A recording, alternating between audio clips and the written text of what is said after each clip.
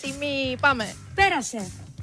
Okay. There's a program in the UK called Stars in Their Eyes, where normal members of the public go on and dress up and imitate, their favorite iconic stars. So let's see who this woman is going to be. Και εμείς αποχαιρετούμε τη Μαντό και υποδεχόμαστε τον Stevie Wonder.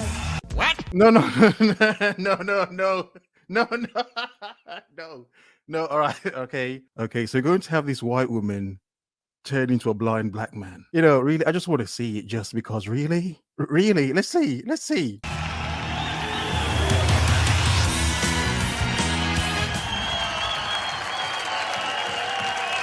Oh my God. Why would someone do this?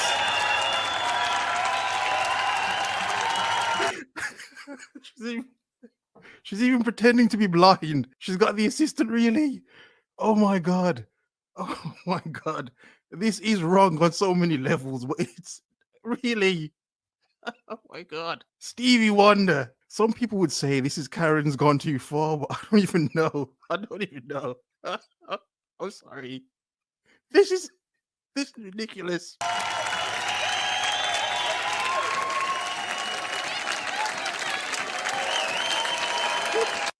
They're clapping. Why are they clapping? This is stupid.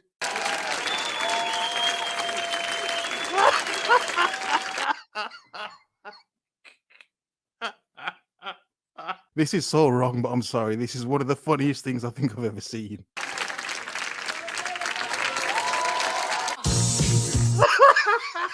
No. No.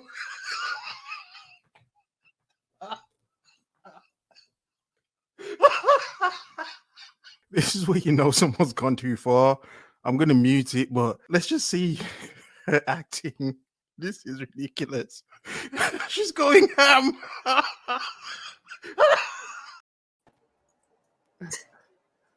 There you go, folks.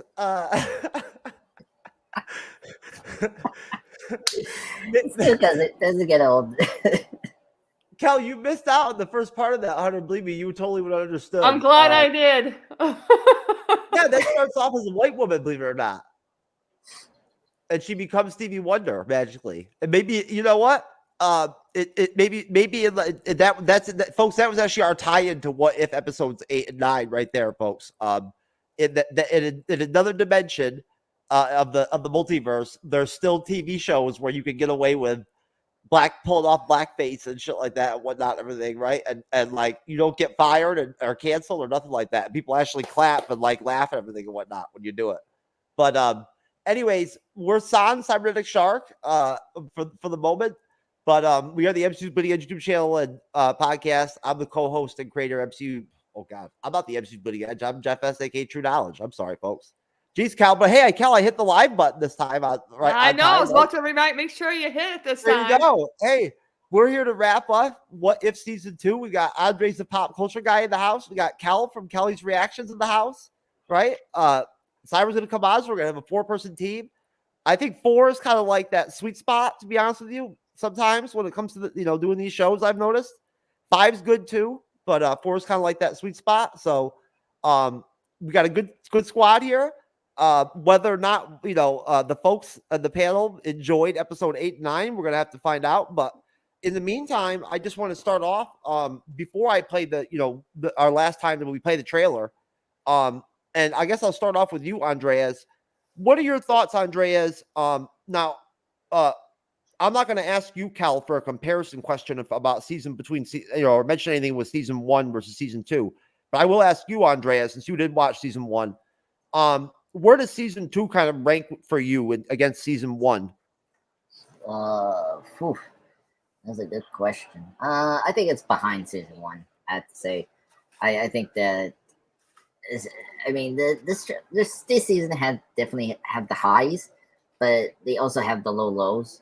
So, and I feel like there were many missed opportunities this season than the first season. So that's my feeling right now with season 2. But we'll get into that more in these 2 episodes, which I like. I think this was a step up from, episode 6. but nothing beats last episode. Was it 7 with Hela and the Ten Rings? Yeah, that was a good one.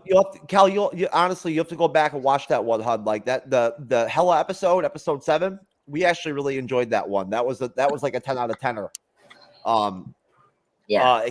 Especially with since they did something really cool, which was they actually did something like what if should be for. They took a character that didn't get much play in an MCU film, right? And they actually gave her an expanded role, and like they actually gave her an arc, right, in the MCU for once. You know what I'm saying? Like, somebody that only got used a little bit, like Kate Blanchett. You saw Kate Blanchett in the Thor Ragnarok movie as the villain. Yep. They expanded on her arc a little bit and whatnot, and kind of gave her, showed a different side of her. But for you, Cal, having only observed the MCU through the prism of having seen live action films and whatnot, having watched Disney Plus series and things of that nature in live action, what's it like for you to take in Marvel in the animated concept? I mean, I'm sure you probably maybe have seen like X-Men animated series, whatever, back in the day and stuff like that and whatnot. I don't know if you have or not. No, but so you get the question though. Like, I mean, what's it like? What is it like for you to see it in this form? Like, like if you want to expound on it, like what are the differences for you? The action parts are pretty much the same, just animated versus real. I mean, there was like for say, I'm not going to really get into it, but these last 2 episodes, I would say the action scenes compared to the real life, the movies, were similar, but some of the acting storyline was a little off. Wait, let me rephrase that. Just acting wise in the cartoon animated version compared to acting in the there's more humor in the animated version than, I mean, I don't know. I don't even know what I'm spouting off about it, but there's a little bit of difference, but the action part was pretty much the same as if you were watching a live thing. They really impacted. There was a lot of movement. There was a lot of, excitement, just like you were watching the actual real movie. Okay. No, I get what you mean, though. There's more of like a farcical tinge to it because it is animated. You'd agree with that too, right, Andres? That they do kind of like they add a little bit more of a comedic tinge at times, especially this season. Yeah, this season. Yeah, I think this season is. I'm trying to forget. Yeah, I think. Well, I think it's the same thing with first season. I think the humor has been.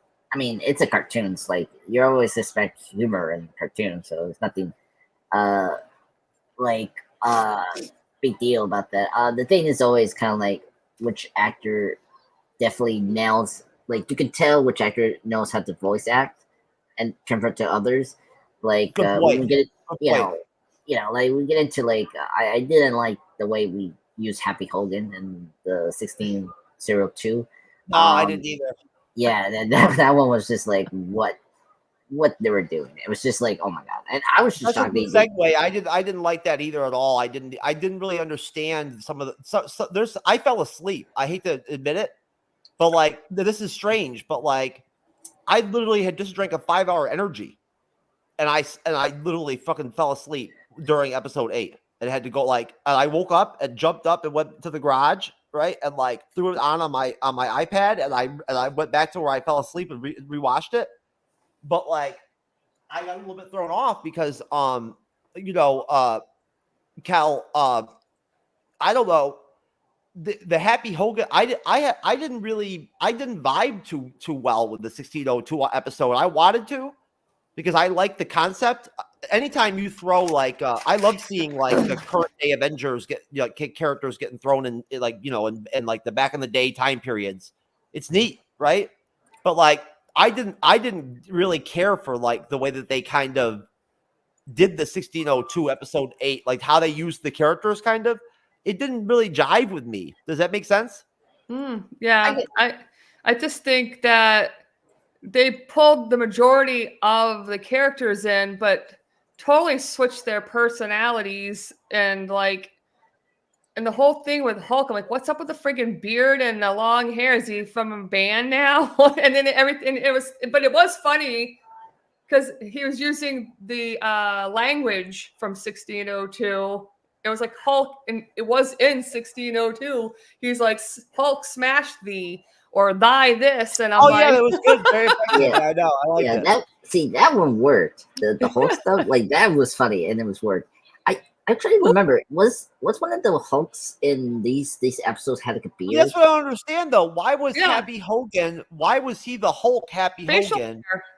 Yeah. The facial hair part I understood because like with that Banner Hulk, right? Like that was just because of like the time period or whatever, right? Like that he has the facial hair. With the Happy Hogan, what I didn't understand was why did he have the Hulk inside of him, right? If Yeah. this is an alternate reality, Oh, we I already forgot. saw the I Happy totally Hogan. forgot that purple one was Happy. Yeah, we Yeah, Like, already where, saw. where in the heck did this guy come from? And I'm like, oh, now that you said that, I was like, it was Happy. That's where I'm confused. Is that like this was supposed to be an alternate reality, right? That Peggy Carter went to, Yeah. because Yeah, they recruited her to like as Captain Carter to rectify whatever issues they were having with their universe or whatever, whatnot, right? Or their world or whatever. And all of a sudden, like I get having Happy Hogan in there, that makes sense to me. But why was it the Happy Hogan that had the purple Hulk in him or whatever and whatnot from like episode 2 or whatever, or 3 or whatever? Yeah. Yeah, I didn't understand that. I don't think he should have been in Yeah, it. yeah. See, I wish they put the Abomination. That made more sense. That if you had a Hulk, you have the Abomination. With like the only explanation I could say, if they have an explanation, is probably Scarlet Witch gave Happy this Hulk power to like defeat him at some point in this timeline. I don't know. I feel like, yeah, I feel like this was so unnecessary to have Happy beat the Hulk again. It's like I didn't like that idea at all. Where did the Steve Rogers from 1602 come from? Did he just pop up out of nowhere? Like, was he just like? I mean, I kind of got lost there. Wasn't he because the Scarlet Witch said somebody was coming, and so didn't he appear from that green opening? That was a Steve Rogers from like another timeline, or something like that. Yeah. I mean, no, he was like Robin Hood, wasn't he? He was Robin Hood too.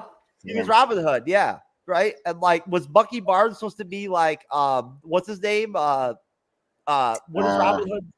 He's a merry man. Yeah. Yeah. See, I love that idea. That was so great. And oh my God, Scott Lang as Ant-Man. I was so happy that they did that because that they threw him in there. Yeah, he lends well towards the animation, but it's like, why didn't they use Ant-Man more? Like what? Like why did they? See that now they used Hank Pym Ant-Man before. We've seen the Hank Pym Ant-Man, and I like him in the animation. I do. I like Hank Pym. That was cool that they threw Scott Lang in there. I thought that was pretty dope. But no, folks. To get into episode 8. Episode 8, I believe, is titled "What If the Avengers Assembled in 1602?" Right. So one of the things I'll ask you, Cal, right off the bat. I know that you don't. Cal from Kelly's Reactions is not like a hardcore comic book Marvel fan or like that and whatnot. But she knows about the MCU and whatnot, knows the characters. Cal, what did you make of? I kind of you've done some research yourself. We've kind of explained to you, and I've told you about who the Watcher is. That he just kind of like what his role is just to basically to take in, not to really act or intervene really. I thought it was actually really neat. Now I like Peggy Carter. I don't mind her. I'm a little bit soured of her a little bit this season just because we saw a lot of her in season 1 too. Right. So like I'm just a little bit kind of tired of it a little bit. But I love Peggy Carter. And we talked about this last week. I love her as Captain America or as Captain Carter. I actually like that adaptation of Captain America. That using her as the Captain America sort of What If. I like that. I dig it. What did you think of the fact that she could talk to the Watcher? I thought that was pretty cool because, like you said, he just kind of watches, he just kind of guides, and he's there, but he's like, you can hear me or something like that, and she's Yeah, like, yeah. You can sense me, or I'm Yeah. there. Yeah, Yeah. you're aware of my presence or something along those lines. He Yeah, says and I like thought that was yeah. kind of cool. And I kind of over the episodes that I have seen, I was kind of leading to one of them was going to have that moment with the Watcher, and that was her because she's dominated most. She's been in almost at least what 3 or 4 of the episodes, at least the ones I've seen. And Yeah. she's that main person. So it was like they were drawn to kind of interact. And he was just there watching, protected, because even though he said you need to leave, you need to send you back home. It's pointless, whatever this is. But she didn't see that in the whole thing, and I felt like it was almost kind of like a test for her and him, and then for them to come together and be able to communicate with each other towards the end there. Hey, Mr. Cyber, what's up? What's up? Hey, we're talking episode 8, brother. Good to see you. Good to see you. Hey, you're late. Just kidding. Cal was here to hold it down. Don't worry. That's what I figured. Cal and Stevie Wonder. They had your back. Cal. Oh, nice, Cal. That was Did you see that, Andreas? Cal just did her version of the Stevie Wonder, like playing the keyboard deal with the fucking head swing and whatever and whatnot. Oh, that was nice, Cal. Oh my Love God. it. Love it. That was perfect. Good touch. Oh, You won't see me with a painted face. No way. Oh, Yeah, no, Kahari. We should have had you cosplay as Kahari. I should have hit you up about that. I am. See, my eyes are blue from your screen.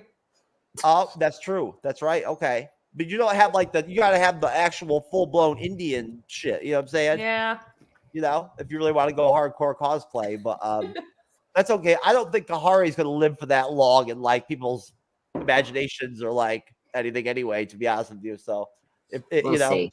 there's probably better characters. Hopefully they won't bring Kahari to the actual MCU. Let's hope Papa Feige will decide not to pull that trigger. 3 months from now. Oh, look, a movie about her.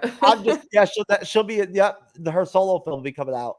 But Mr. Andreas, sir, what did you think? Now you watched season 1, so you know that this Captain Carter has sort of a personal relationship with the Watcher, right?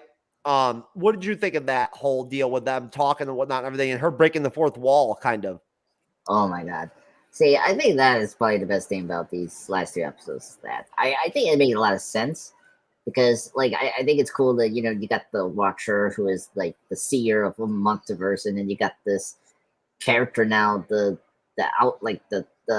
person out of time, but the person out of multiverse, basically, which is kind of cool. Yeah, I think they really executed that very well in this episode. Those two, because they really have good chemistry of Haley Atwell and Jeffrey Wright, and the jokes landed so well. that when she says you can see me, it's yeah, and I don't know, it was maybe the last episode. It's are you gonna help me or are you gonna narrate? Yeah, that I was laughing so hard with that in the next episode. That's what I was alluding to when I mentioned the fourth wall part. Yeah, the breaking the fourth wall is actually great. It's very consistent. At least it's not out of nowhere. Because we saw that with the Ultron from last season. So characters can break out this kind of loop and see that maybe someone's watching them. And we saw that with Ultron, and it makes sense that Carter will probably do that because she sees him already. So it's not a big deal. I like it. It's not as jarring as some other breaking the fourth wall things. It's very consistent, so it's good. It's all right. You can mention She-Hulk. Don't worry. You won't hurt anybody's feelings. Wait. She-Hulk sees Watcher? That's what you told me? Cyber, honestly, Cyber, isn't it? Now that I'm thinking about it, it's actually really fucking great that Haley Atwell is on so much What If this season and last season, because think about it. Every time she's there, it means She-Hulk's not there. Oh, right? Dear. Well, no, she's just replacing She-Hulk. It's the same character, just it's Captain Carter version. I prefer her British accent, though. Hey, I don't blame you that. Same premise, though. Same premise.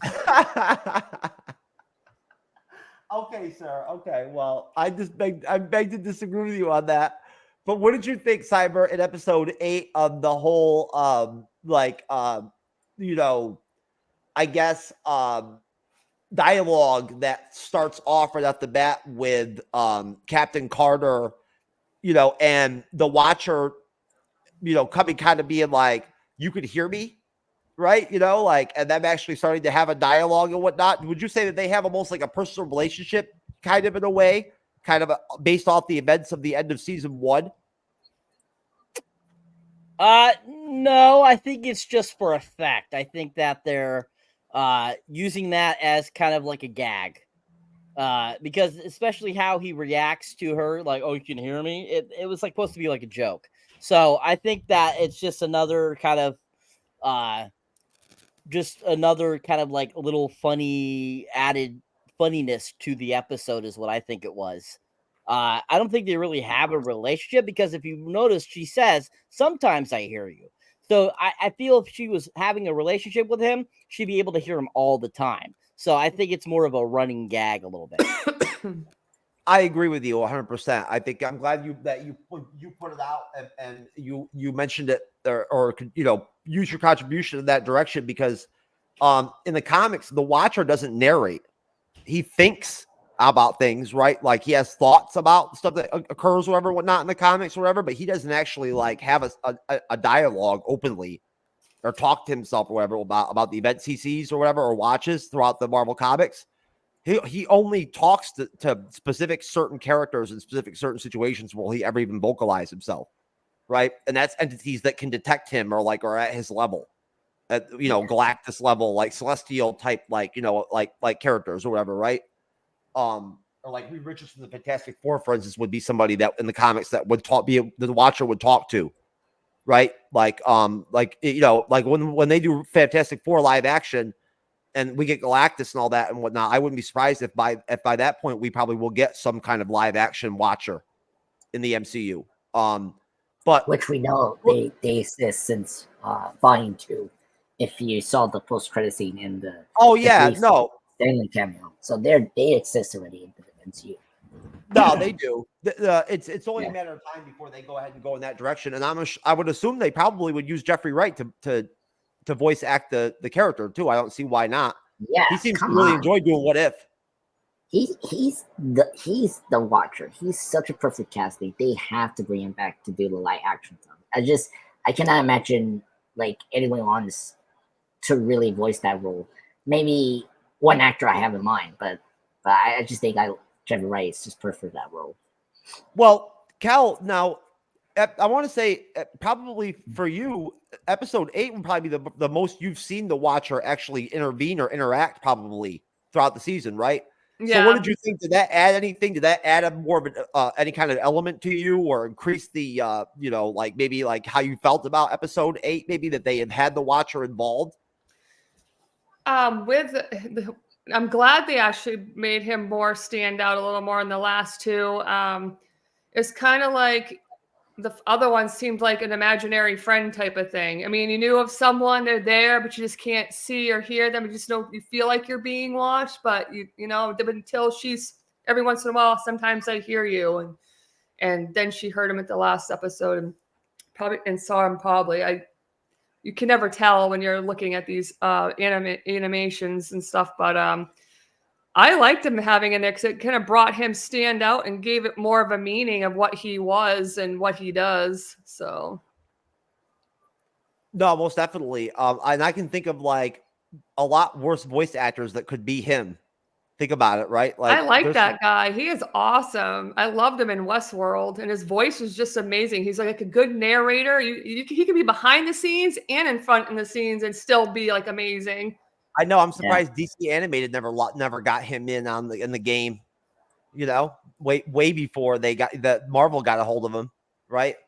But hey, there's always the future. I mean, DC got him. I mean, he's playing Jim Gordon, so he's in the Batman. Oh, I like him as Jim Gordon too. I do. He's good as Jim Gordon. Yeah. I wonder who could be like. I'm sorry to interrupt, but like I don't know who could voice him in the DC. Like, I mean, I guess he could be like Brainiac I think he had a good he has a good voice for Brainiac if they do again. Brainiac as a villain. I would. Well, I mean, you know, that we'll say that for another show, but I wouldn't be surprised if he ends. If I would, I don't see why DC wouldn't reach out to him. You know what I'm saying? Like down the road. I mean, I don't see he, you know, just based off of his track record. But going back to you, Cyber, episode 8, you know, what if the Avengers Assembled in 1602 was, as you basically laid out to me before I watched them, the weaker of the 2 episodes, probably, at least in my opinion. Now, the whole, you know, theory, the whole I guess you could say structure of the episode, we already talked about it before you came on, was sort of a little bit satirical, right?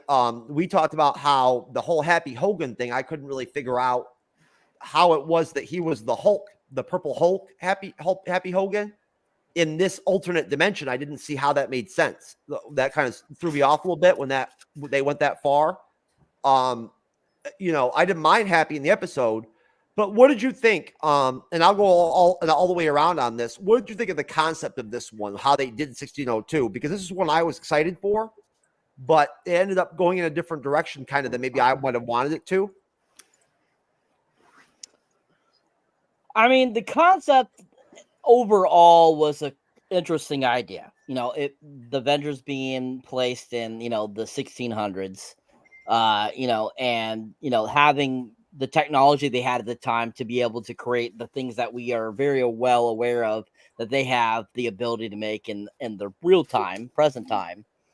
So watching them do that kind of stuff was kind of interesting with the materials that they were able to get a hold of then. I mean, that scene where, you know, Tony has created that box and it looks like almost like a music box and that little piece falls off was, you know, it's hilarious. And, you know, so, I mean, the whole concept of, you know, having superheroes back in the 1600s is an interesting idea, simply the fact that around that time frame, all the type of thinking, the thought process and stuff like that was nowhere as high as the technology is, like say was in the early 1900s or and late 1800s, you know, when we really started to create a lot of the stuff that we have today, you know, such as the cars and stuff like that. So that concept was a overall interesting idea, but how it plays out in the episode, I don't think was finely tuned enough. It could have been more tuned better. It could have played out better. But overall, rewatching the episode, I was like, wow, this actually is a decent episode. But like I said, still not as good as 9. But I think that the overall thought process was good, but they just didn't execute it really well. They did a great job with the characters. It was great to see so many of the original characters from the MCU from the first couple of phases thrown in there, right? That's Cyber. Thank you for that contribution. That makes me think about the casting of the episode. Going over to you, Andres, and then I'll round this out with you, Cal. Same question to you, Andreas. You know, in terms of the whole concept of the structure of how they slotted these characters, right? You know, what did you think of that? You know, overall as a general theme for the episode, taking into consideration what they had to work with in terms of the fact that they actually had, the original 6 Hulks, you know, in here, you know, with what's his name, Ruffalo voicing him. We haven't heard Ruffalo very really in What If. I think it's first time. I think. Yeah. So I mean, like, it was nice. Yeah. So So first off, I was very excited for this episode. If anyone knows about 1602, it's actually based on the Neil Gaiman comic book run, which is a Elseworld kind of what-if story, where we see all the Marvel universe into this timeline, 1602, which is a great read. I highly recommend that. And I was very excited about it. And I will say, oh my God, yes. Here's the lady here too, sir. Jeff, I'm so proud of you. You done Shakespeare right. Yeah, so right. But yeah, so I was very satisfied what they did here. I mean, I feel like I don't know what's going on. I don't know if you guys have an opinion about this, but I feel like the titles for these episodes are just so wrong. Like, why we're saying it's the Avengers Assembled in 1602. Like, I just feel like you just say it's what if 1602. That's it. It's like you don't need like because we Why like, they didn't. why does our sorry asses assemble tonight? Who knows, man? You know what I'm saying? I mean, look, if we say the MCU'S assemble for what if, it makes a lot of sense because we are assembling it tonight to review what if. You know, I'm just saying that it was just weird how they titled it. It's just my thing. But anyway, I like everyone was used properly. I thought this was actually a better episode to use Captain Carter than the last episode we talked about her, which I wasn't in. Was it the stomp? Was it the Hydra Stomper thing? Like, I felt like she was used better here in the next episode. Like I just love the idea of like Captain America and his merry man. That was such a great idea from Paul Rudd as Ant-Man and Bucky. Like that was really great, and I thought that was such a genius idea. And seeing Lelo jackets, I was surprised when that happened. I was like, oh my god, I love this episode. I really did. And then but I do have nitpicks. I did not like Happy Hogan's like Hulk thing. Like I don't want to get too long, but like as me, Kelly, and Jeff have been talking about, it's like it doesn't make sense.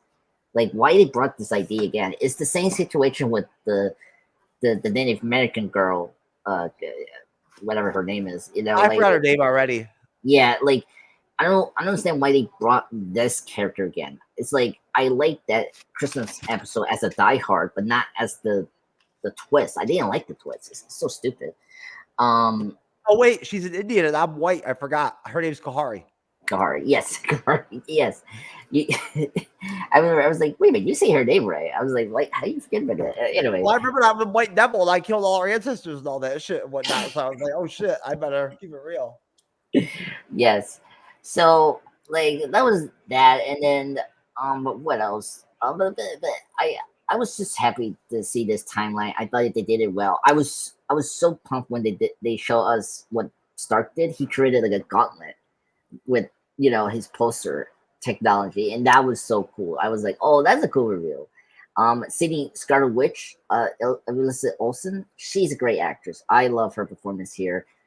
It's very small, but I think you can tell that she sounds different from her other performances and what do you think, Andreas? What if Captain Marvel did not have a 7-year-old boy ass? Oh god, I cannot do this. I'm sorry. I mean, what if Mark Ruffalo was the true Captain Marvel? Oh, that could happen next season, please. I want that. No. So overall, I really like this episode. I thought it did really well with the concept. It's just this minor things like why do we have Happy Hogan, and then I felt like if you wanted to assemble the Avengers, like it'd be kind of cool to see the version of the assembles we see here for her to versus Thor, but overall I like this concept. I think this was a great episode, and it's definitely top tier what if episodes. Oh, okay, top tier. Cal, yeah. What do you think? What do you think? Same question, Cal, and then also Cal. Am I the only one that noticed right off the bat that like Thor referred to Hela as his queen as if he was like banging her? I mean, we announced they're siblings. Like it is 1602. It was some straight Game of Thrones shit. I was like, "What's up?" But anyways, what did you think of the whole concept of how they kind of did this assembling of the Avengers? Which I agree with you on that, Andreas. Honestly, they've already done, I think, a Avengers Assembling as a title in this season. So I don't know why they didn't go with a different word. But what did you think, Cal? Did you like the scope of how they laid all this out? Like, they had this big tapestry of this, sort of like Shakespearean period to play with. Did you enjoy the concept of how they use the characters in this time period? I did. I really liked how they played some of the aspects of Ant-Man in there with all those other small little guys coming in and they expand to attack. And then I have to agree with Andreas too. I don't like how they brought Happy Hogan in it. That was one of the downers there.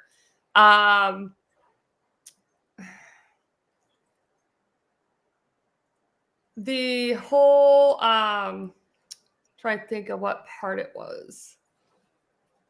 I had written it down, but I can't read my handwriting. No worries.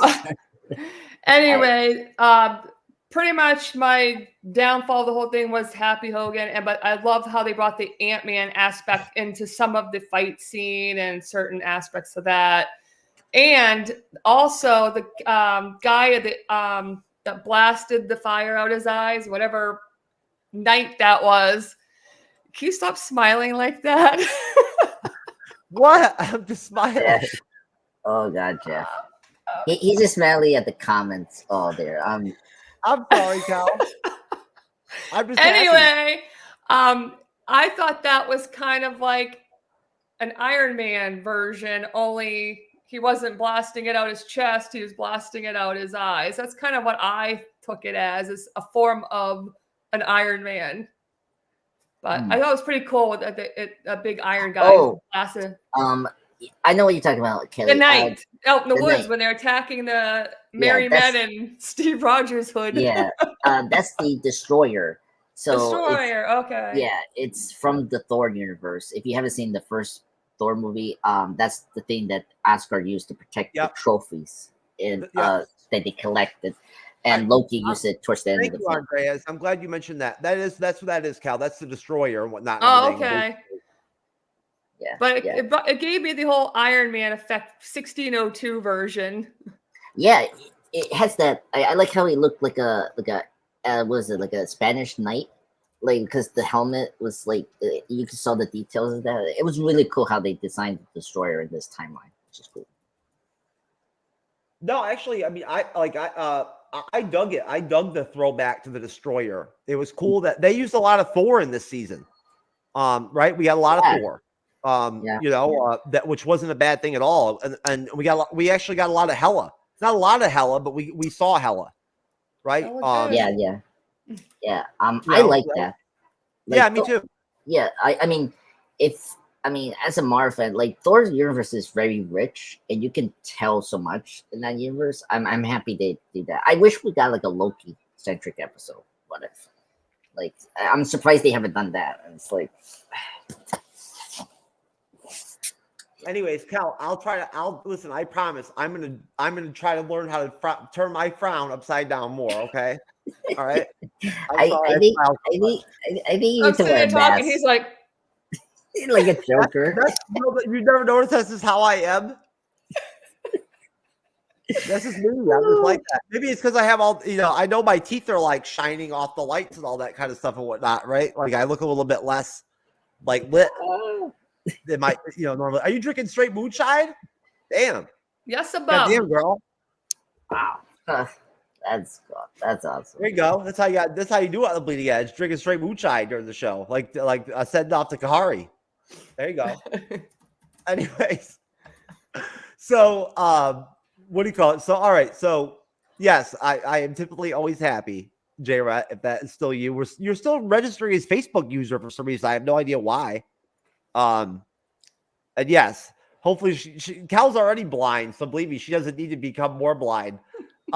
So to wrap up episode 8, basically, right? And I'll go back around to you, Cyber, and then I'll go to you, Cal, and I'll go to you, Andreas.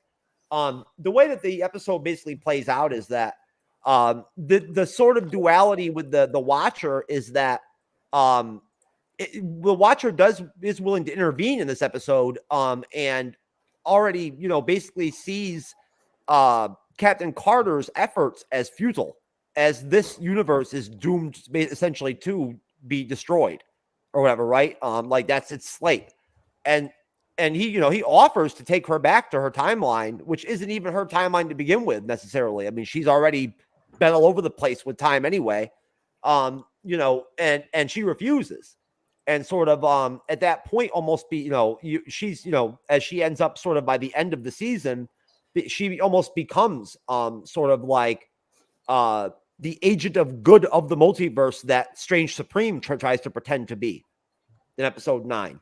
But essentially in episode 8, we end up having sort of like a what I would consider to be, I think it's Cyberbait's a good point, especially off a rewatch. What is actually a pretty cool played out episode in terms of just great characters, uniting, right? And then towards the end, even in terms of like the good and bad or the evil versus, really is no final battle because when we get towards the end of the episode, essentially, I love that Nick Fury was in it for one thing. That was great that they threw him in there, right? Like we haven't seen Fury in the What If all that much, so it was good for them to at least give him some, put him in there in something. But we ended up having, essentially all the allies of the King Thor, right? Sort of all at the end of the day coalescing around what was sort of like this 1602 version of the Avengers with Ant-Man, Tony Stark, right? Steve Rogers, Bucky Barnes, of course, and Captain Carter. Now, of course, because it is Peggy Carter and it is Steve Rogers, there's like romantic vibes between like Robin Hood, Steve Rogers, and Captain Carter. And there's also, of course, romantic vibes when I didn't really understand this. And hopefully, Cyber, you can explain this.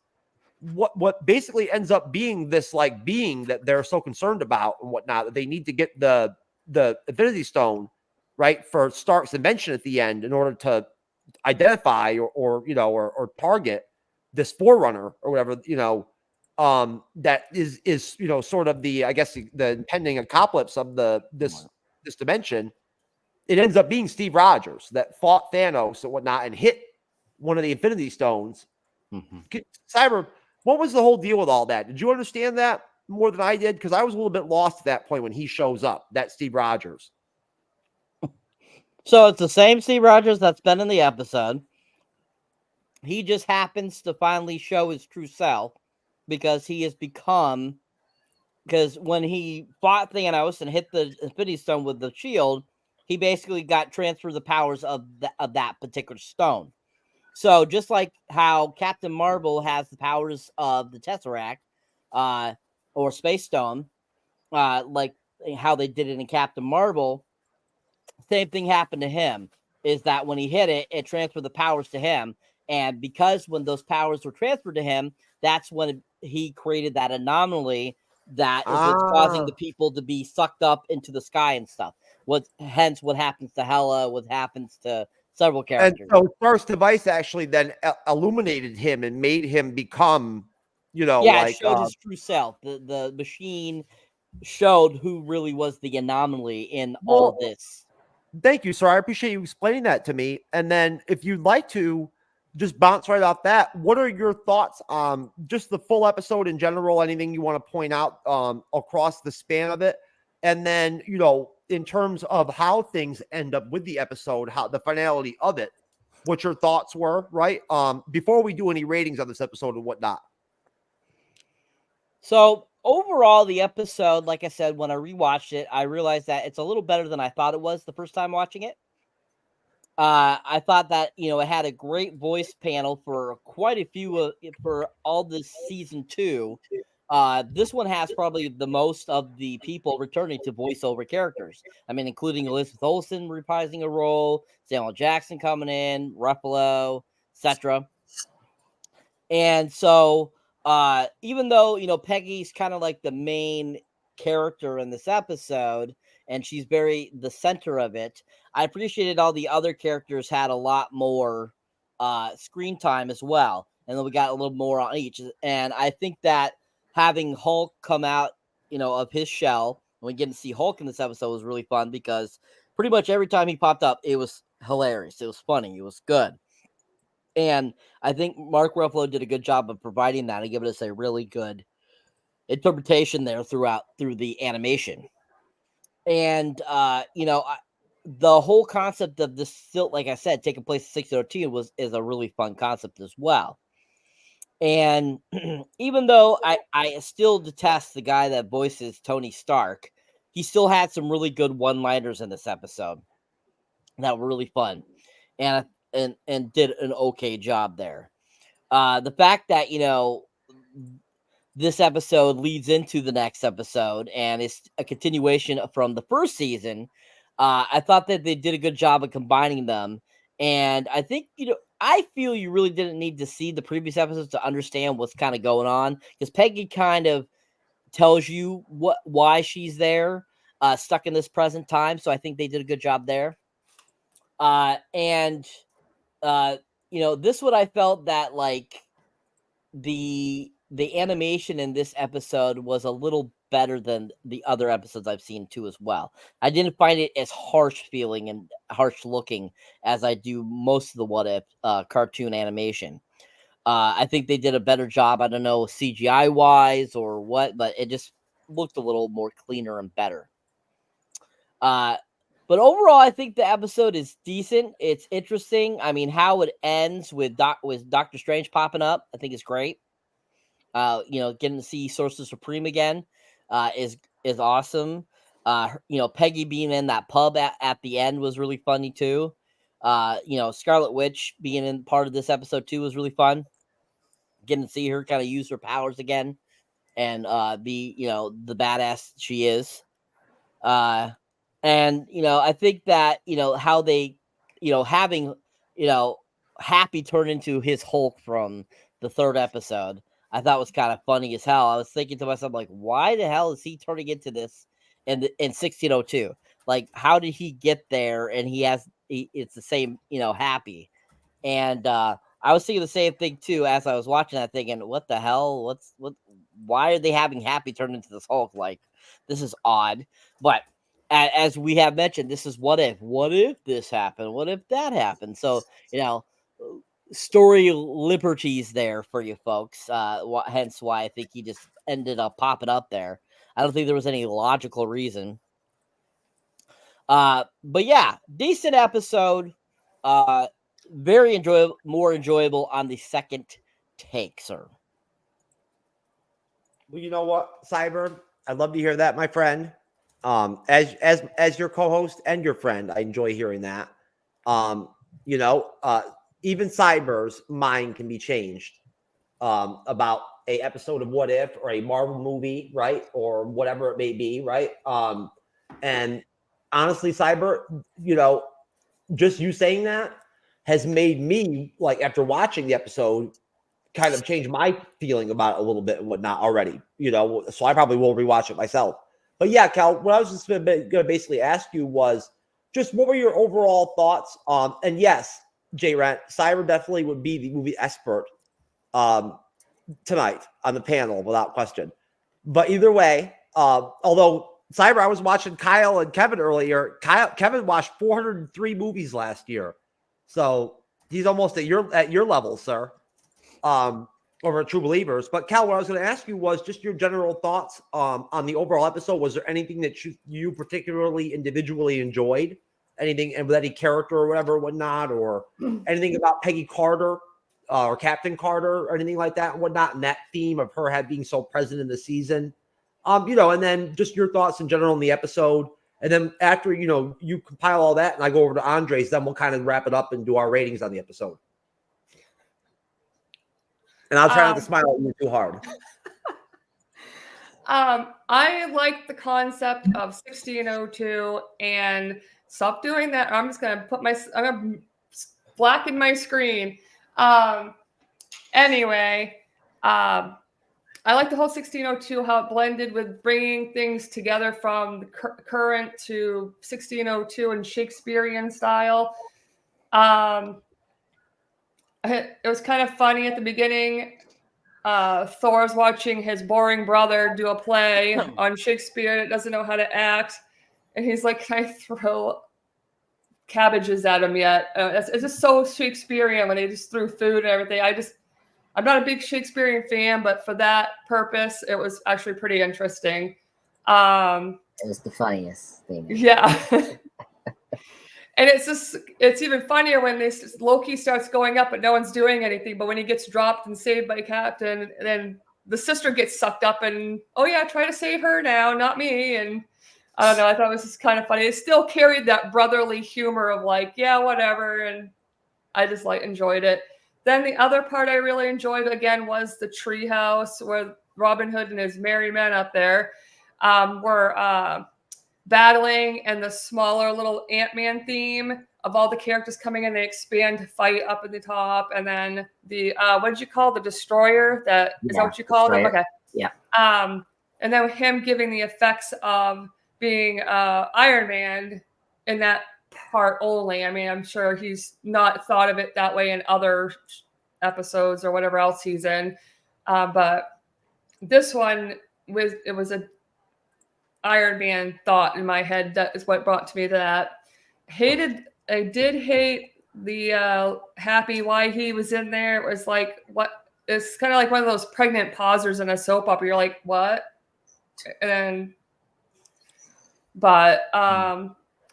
Yeah, I mean, I actually really liked it because it was a lot of fast-paced stuff. Sometimes I like to have fast-paced rather than drag your ass type of thing. I liked a little bit of fast-paced, and it keeps the show going. I don't like where it's dead at the beginning, and then it builds. I kind of like want it to get a little bit slow and then really pace up, and that's what I really liked about it and everything. So that's my thoughts. I agree with you 100%, especially when you have that many characters to work with, right? Like when you're working with that many characters in one episode like that, right? Whether it's live action or animation, right? You just want things to move and kind of progress. You don't want lulls. Oh yeah, I can be a smart ass from time to time, Cal. That's I've been told that. Mr. Andreas, the pop culture guy, sir, as I swap squares with you, what are your particulars, sir, with episode 8 before we tackle the deep Cherokee, heritage of Kahari or whatever the fuck? Yeah. So I gotta say it. This is a great episode. I'll definitely put it at number 2 after Hela. I say Hela meets the 10 rings. I think this was a top tier episode. It just did everything right. For what if, it asked the question, what if the Avengers, assemble in this timeline, 1602? And I think they did a good job. With the added bonus of being continuity by having this Craig Carter we've been following for the last 2 seasons. And, I agree with Jeff, and I think everyone, it's kind of annoying that she's being used multiple times, but I think this episode made more sense for her to be here than some of the episodes we did. But yeah, I think this was great. I agree with Kelly and everyone. The Happy Hogan thing was just awful. I didn't like that. That's the one nitpick I would say that deducts my point with this episode, but not as bad. So yeah, I'm very excited to talk about the finale. I have mixed feelings about the finale, but overall it was very good. So I like this episode. It's great. Well, I mean, I have mixed feelings about this case of herp that I picked up the other day or whatever. You know what I'm saying? But good thing I've still got my Bacta tank that Boba hooked me up with and whatnot, right? So I'm just going to jump in the Bacta, right? And I'll work it out. Oh, you know what I mean? It's all good. No. That's how we do it. We're doomed. Look, when you have the mindset like I do every night, when your goal in life going out every day, baby, is your goal is my goal. You're going to pick up a little something here or there. It's going to happen. But there you go, folks. A little what if reality. There's no dimension in the multiverse where there's no herp, right? So be careful. Wear your Jimmy hats, just like Grandma told you, right, Andreas? No. Hey, Grandma. Ashtray, you little bitch-ass motherfucker. Come over here and give your grandma a hug. Ah, that's my nigga. You been wearing them Jimmy hats like Grandma gave you? Yes, ma'am. How are you? Oh, my old... See? Just like Grandma told you. There you go. Anyways, so... Oh, dear. Since I'm moderating, I don't really have any final thoughts or anything and whatnot. I'm trying to not smile as much. It's very difficult, but I'm working on it.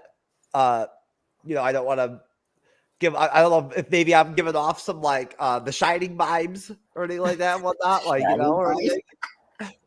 But anyways, so as far as ratings go, I just want to say that I agree with you, Andreas. I think that this probably is my second favorite episode of the season. I lining up. I think the Hella episode is probably my favorite one. I agree. J-Rat, what do you mean? What are you swapping? What are we swapping? Nothing I know of. Unless if somebody wants to swap like my herp or something like that, or whatever. I don't know. I mean, I don't know why anybody would want to swap with me on that. But anyways, so I'm gonna go ahead and start off ratings episode 8. I'm gonna give it a solid 8. And I will go to you, Cal. Next. My dear, what is your rating for episode 8? I give it a 9. Okay. Andreas, what are your thoughts? Same here. 9 out of 10. What a shock! You're back to the 9 again. Your 9s again. I see. How about this? Changing 9.5 out of 10. Now it'll be a 9 again on Don't Be a Menace on Sunday. Cyberneticshark, sir. That's gonna be 10 out of 10, folks. What you got? What you got for rating at Cyberneticshark, sir?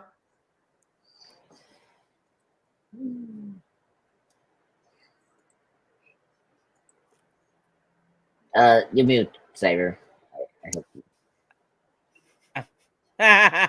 So I thought it was a voiceless rating for a minute. I was like, okay.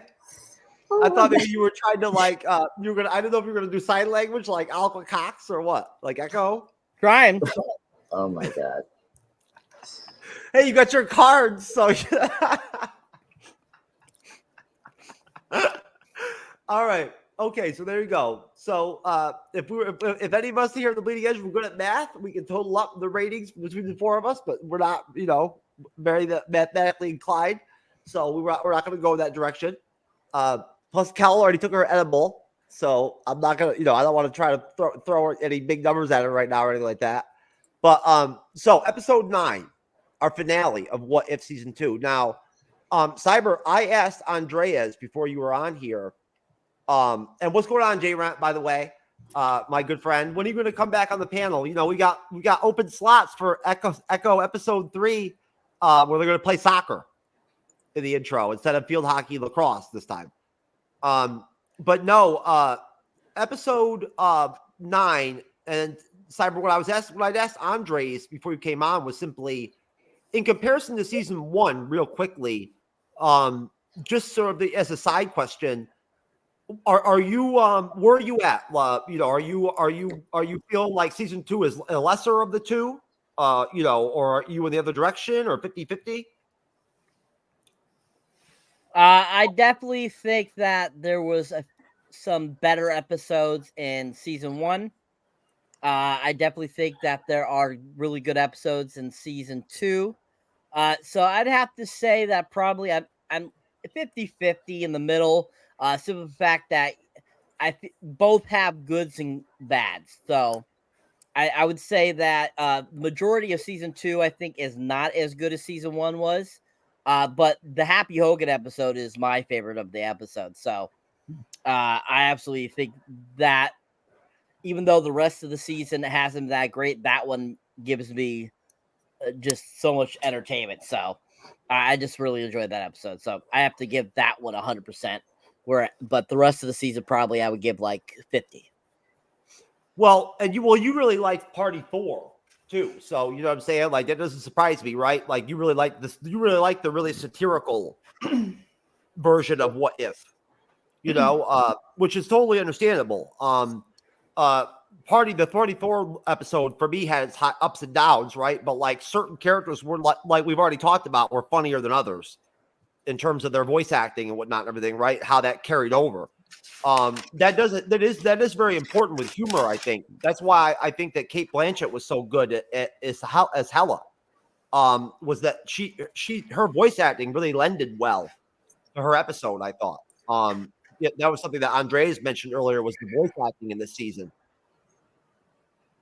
Yeah, I think I was sorry to interrupt, but I like Jeff, you brought up the voice acting. I think I was about to say you interrupt, but what do you give a fuck about interrupting? Yeah, no, shut up, Cyber. Shut up, Cyber. Anyway, he interrupted me, Cyber. Anyway, Jeff, you know what I'm talking about. Anyway, I agree with you, Jeff. I think the voice acting is much better this season than season 1. I think season 1 was weak in terms of the voice acting. I think Tom Cop's trying to talk. No, I'm always stunned when Andre's bitch slaps me not around like this and whatnot, everything, right? Like, you know. So, Jeff, move on. so I'm sorry. volatile. What the hell? Oh, I hate all of you guys. Not you, Kelly. You're awesome. I hate these two. Those mother effers. Yeah, right. Shut up. Anyway. Me and Cyber are your core rock. We're our rock alien parents, or whatever, whatnot. No, you're my children. See, I'm the oldest of this group, you know, metaphorically. So you guys are my children. So you two are my children. And plus you got the glasses. Metaphorically. I'd be careful there with that, sir. That metaphoricalness of I was yours. about to say, what the fuck did metaphorically get stuck in That there? might get you metaphorically, you know, somewhere else, sir. Metaphorically that's beyond Cal's edible level. Like, you know what I'm saying? Like, you cannot be going in that direction with Cal's edibles. Hey. I just made a warning. Metaphorically, you're my children. So that's it. Children? What the fuck? Is he related to that guy at that hotel? You know, where he thought I was your Is this son? episode 10 of What If or some shit? Like, what if metaphorically or some shit? Cyber and Jeff has TrueKnowledge were Andre's the pop culture guy's children. All of a sudden, and Kel's here. Kel's the watcher. To watch the shit or whatever. Well, in the private chat, she said No. thanks, Daddy. So I heard that too. So yeah, so you all my children, my Cal too. What the fuck? Oh man, Jesus Christ! Oh god! Wow. I didn't realize that you could metaphorically extend the metaphorical zone all the way up to Maine, like northern Maine. But fuck. Look, that's how we do it in the future. Oh shit, my bad. I'm sorry. That's how he rolls. Yeah, exactly. That's how we roll. I'm over here unveiling geographic locations and shit when we've got smoking hot chicks over here on the panel and whatnot. It's not good, man. You know, we've got a lot of desperate simp type dudes over here hanging out watching the show. Oh god. Got to shout out Jocelyn. Great to have you here, Jocelyn. Welcome Oh, to the party. Jocelyn Barrett. What's up, Jocelyn Barrett? How you doing? It's good to see you. I don't know what clip J-Red thinks I inserted, but I didn't insert any clips, sir. Sorry. If I was that funny, I would definitely insert the clips all the time, but I leave that up to funny man Jeff, you know. Which clip are you talking about, J-Red? I didn't play any clips. Is he talking about the one we did with the Stevie Wonder? Oh, I don't know about that. That was technical difficulties. What's up, Josh? How you doing, hon? My TVI survivor friend. Jocelyn wants more Stevie anyways, Wonder. It's good to see you, Josh. And we love you, J-Rat. Anyway, so episode 9 of What If Season 2 has nothing to do with anybody's the show being their own children or anything like that, whatnot, or anything. Although I do still think it was neat as hell. I loved it when Thor. I thought for a minute Thor was actually banging Hela. Like I could not. That really threw me off a little bit there with episode 8 for a minute, but then I got on track. But episode 9 was what I thought was sort of the weaker of the two episodes, to be honest with you. We see at the end of episode 8, essentially Supreme Strange coming back from season 1. Now, Supreme Strange was sort of like our Captain Carter of season 1, because he managed to be in I think 4 episodes altogether. So he was in a lot of episodes. But essentially, the concept of episode 9 was pretty basic and very simple. Having Captain Carter having met Supreme Strange when the Watcher assembled his Save the Multiverse team at the end of What If season 1, to defeat Ultron, right? Supreme, whatever you want to call Eternal Ultron, whatever the hell we called it back then. I can't remember what the name we had for it was, but either way, having met each other on that team, approaches her in the 1602, universe where she's basically just, saved it. And tells her that he needs her help with, an issue, and he can get her home, but he needs her help with an issue on his own. He's been kind of doing some good, including up the multiverse, by putting like bad, Thanoses and, Ultrons and whatnot, everything away and locking them up. He lets loose Captain Carter, right, on a version of Earth where Red Skull and Hydra won. Like there was no super soldiers, serum program. Like it never worked. It never happened. There never was a Captain America. So Hydra won and like destroyed the world or whatever, whatnot, or some shit. And what ends up being this, this escaped villain ends up being yes, we'll discuss the insertion aspect of the episode later on, Jocelyn. I promise. But no, basically what ends up being the escaped villain or whatever, whatnot, that Strange She's helped with is Kahari. The made up non-comic book canon. Why the fuck they even made this character, I don't even know. Character that they threw us at with, I guess, what was episode 6? Yes. That is, from an Indian heritage or whatever, background or whatever, whatnot, blah, blah, blah. We already discussed it. So, Kahari really quickly sort of like, points out to Captain Carter that things are amiss. And it turns out, and this was really kind of stupid, to be honest with you, this wrinkle. It turns out Strange the bad guy. What a surprise. Supreme Strange. And still wants to bring back his dead lover, right? Coming back from, the first time we saw him in episode 3 or episode 4 of season 1. So I forget. What is his girlfriend's name? Christine. Yeah. Palmer. Okay. Yeah. Christine Palmer. Okay. Yes. So essentially, I'll stop there. And right at the point when Captain Carter is convinced by Kahari for some reason, who she doesn't even fucking know who she is, right? Who I thought she was Quicksilver at first. To be honest with you, I actually thought we were going to see Quicksilver. I did. Yeah. Don't ask me why, but I was like, is that Quicksilver? But Andrea, since you like already fucking started talking anyway, I'll let you go first. Since you're so impatient, you can't even wait for your own turn. I was gonna go ladies first, but I'll go with you first. Well, let the lady talk. Then no, I'm just fucking kidding, man. Come on, you're good, you're fine. But no, I will go ladies first. Okay. Cal, what did you think of Kahari? Were you like godsmacked by her presence?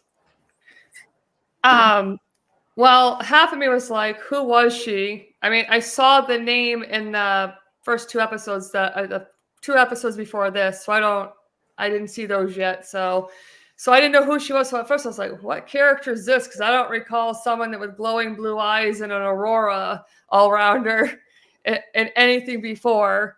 And but I also thought she was, I don't know, I thought she was pretty badass in a way, because I mean, she has so many other tricks up her sleeve, just as Dr. Strange had some up his.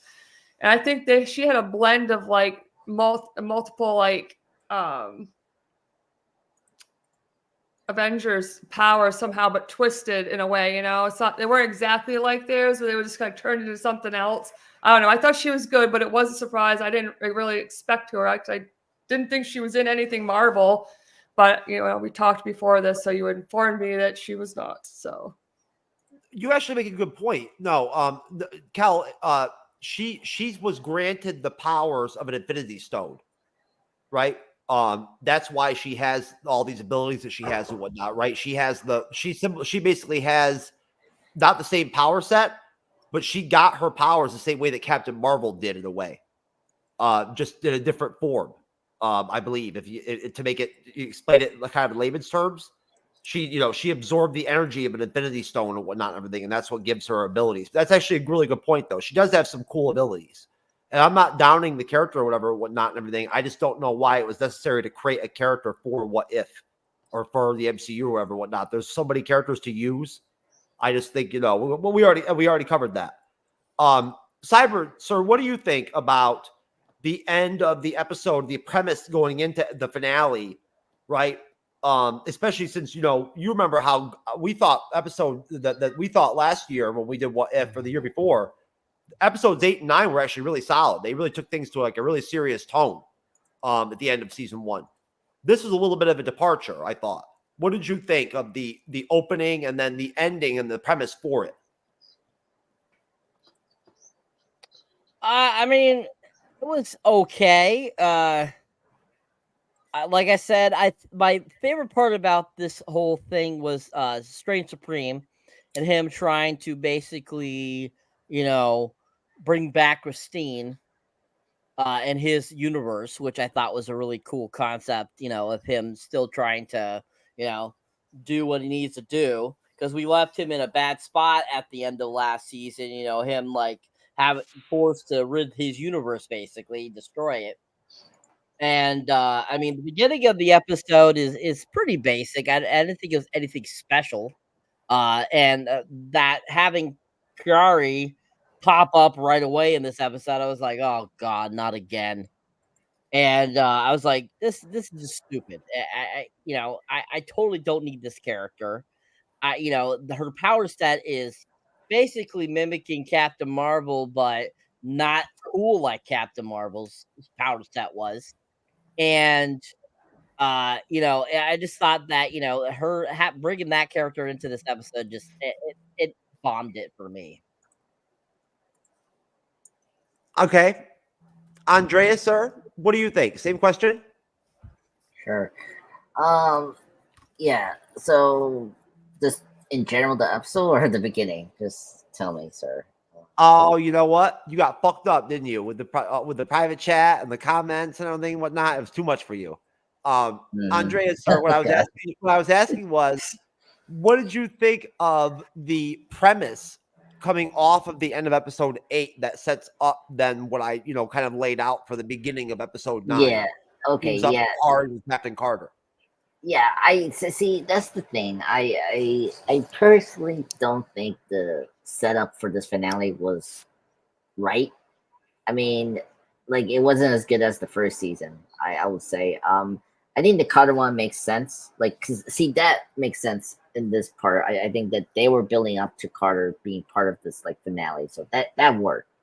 But the Carter thing doesn't make sense, because when we get to later in the episode, Strange just wants her because she's gonna feed her into this like portal eating machine to restore her universe with the other people. So it doesn't make sense why we like all that setup for her episode and her being so powerful wasn't because Strange. I thought initially she was going to use her to reconstruct his universe, but instead we went the other way, which was annoying. So we'll get into that later. But yeah, the opening was okay. I agree with Cyber that I think this episode was visually beautiful. I thought this was a really beautiful episode in this season, especially when you get into his, he call it the Sectanum Finny, whatever, like all that like bowl, like those crystal bowls that he has that contain all the other multiverse MCU characters. That was really cool. While he was talking to Captain Carter about the mission, that he needs this person because he's telling her that she's a universe killer, multiverse killer. So yeah, so I thought the opening was good. The lead up was very good because we got Carter and Strange, and that really worked. But when I get into the Carter thing, that's where I had mixed feelings about the episode. And plus, I did not like that they like reprogress Strange's character arc, because he had such a great sci-fi arc from last season that he learned his mistake, and then we just put him back again, just the same way we did with Wanda in Doctor Strange 2 on the Multiverse of Madness. It's similar to that. It's like, what are you doing with this character? So that's my thoughts on the opening. Okay. Yeah, I don't know. I like Kahari. I don't have any problem with the character. Her episode of What If season 2 was okay. It wasn't anything special. But it also didn't even come close to the Hell episode. We've been reviewing these episodes 2 at a time, folks, the last couple of weeks. So it's been very easy for us to kind of like do a lot of comparisons between the episodes while we've gone through them and reviewed them. You really can't help it. I'll go right back to you, Andreas.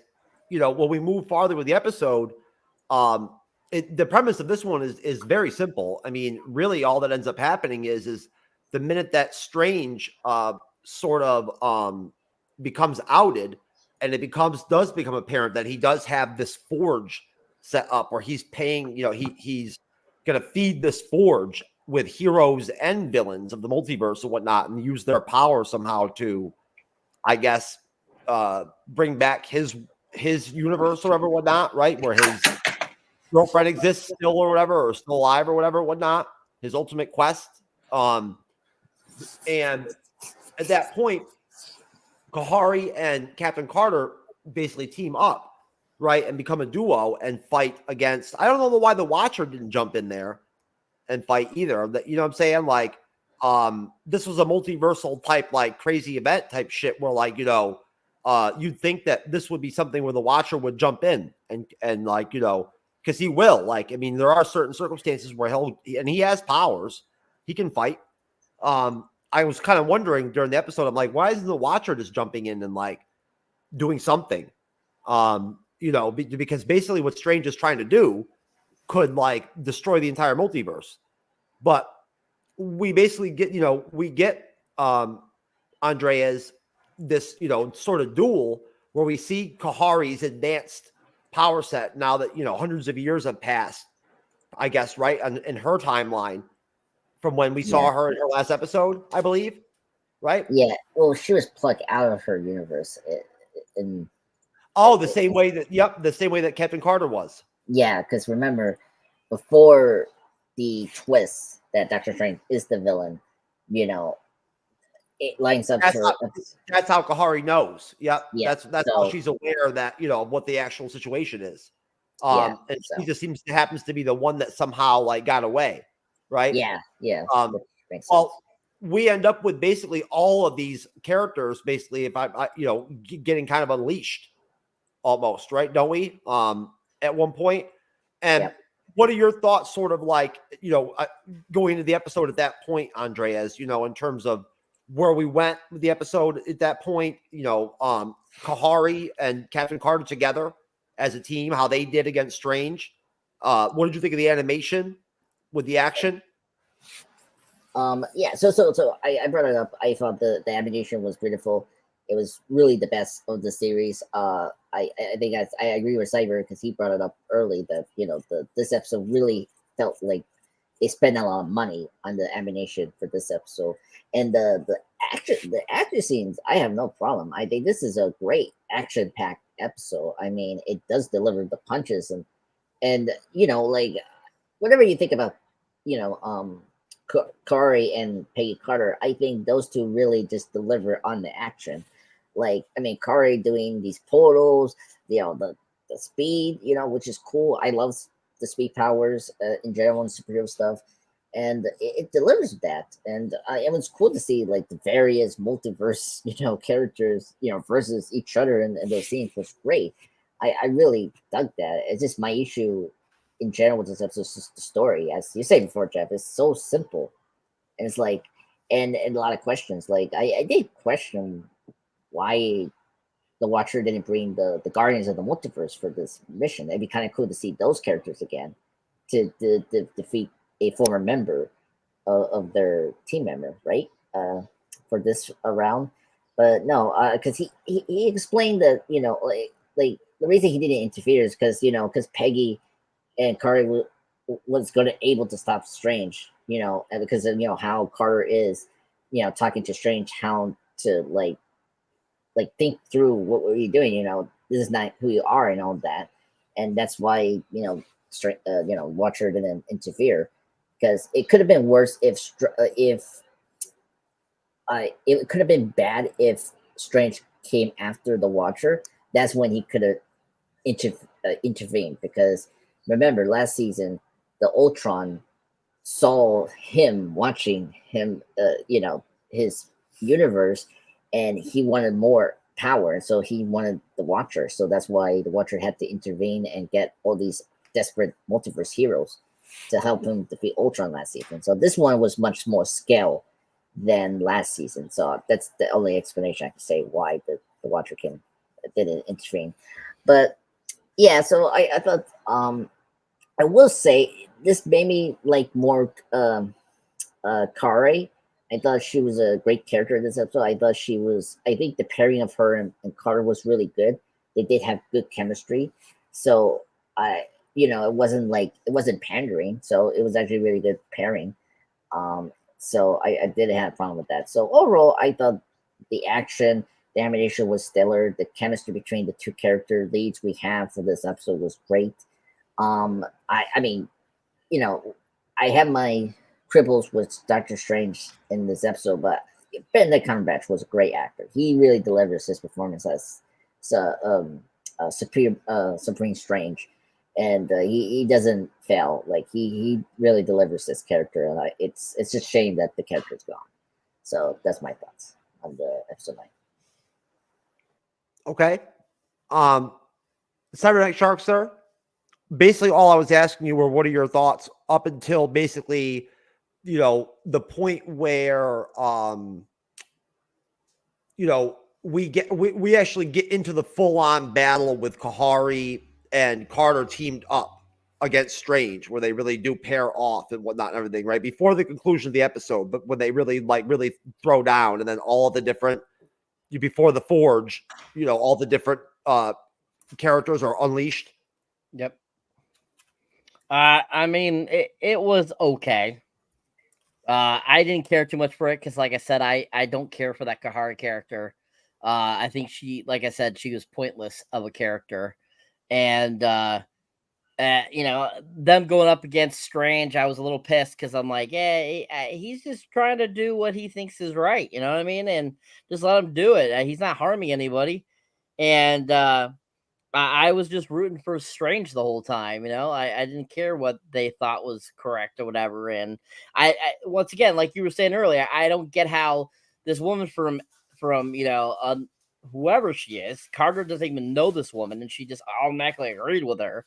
I was like, what the hell? Like, this is just stupid.